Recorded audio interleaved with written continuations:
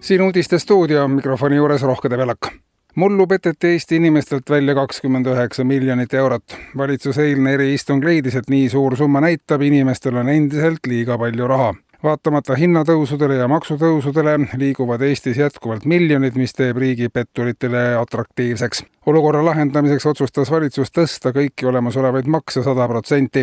Valitsuse hinnangul toob see kaasa kiire hinnatõusu ja olukorra, kus ka kõige nutikamal petturil pole Eestist enam varsti midagi võtta. Kui see ka ei aita, kaalub riik pettukõnede tegemise enda kätte võtmist, et raha jääks vähemalt Eestisse. Valitsuse sõnul on vastavaid näpuharjutusi tegelikult tehtud juba mitu aastat.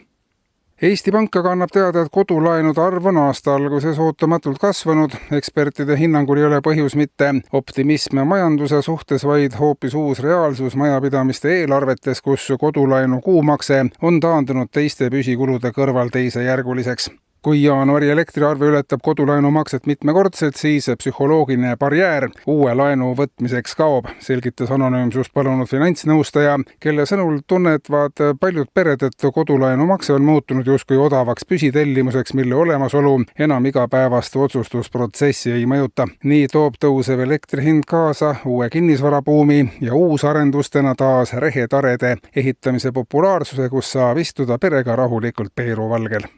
Ja veel rahandusest. Rahandusministeerium teatab, et riigi rahatagavarad vähenevad hoogsalt, aga eurorahad ja laenudki saavad kunagi otsa ja arvutused näitavad, et kogu raha on riigil otsas umbes 2 aasta pärast ja siis saab üleriiklikult raha kui sellise kasutamisest üldse loobuda. Ainukeseks maksevahendiks saab siis olema tänu. Tänu hakatakse regulaarselt avaldama kõikidele riigieelarveliste asutuste töötajatele ja ka erasektor saab iga kuu alguses töötajatele möödunud kuul tehtud töö eest nii kollektiivselt kui individuaalselt tänu avaldada. Ka poes saab inimene siis kaupade ja teenuste eest siira tänuga tasuda.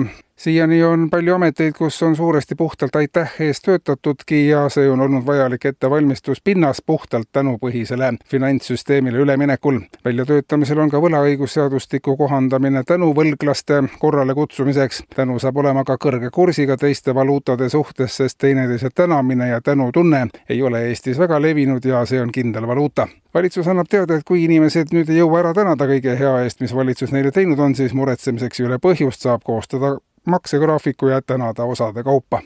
Ja majandusministeeriumi analüüside kohaselt tuleb Hiiumaa lähedusse kavandatud tuulepark rajada saarest oluliselt kaugemale. Kavandatud muudatus teeb mere sügavuse tõttu tuulepargist siis ka maailma esimese veepargi, mille kõik nii-öelda tuulikud on vee all ja nende labasid liigutavad siis erinevad merehoovused. Nii ei ole tuulikuid näha, toodangut aga tuleb sellele vaatamata ka tuulevaikse ilmaga, märgitakse ministeeriumi analüüsis. Tuulikuvastased on projekti juba kaua püüdnud ju põhja lasta ja nüüd saab riik neile ka vastu tulla.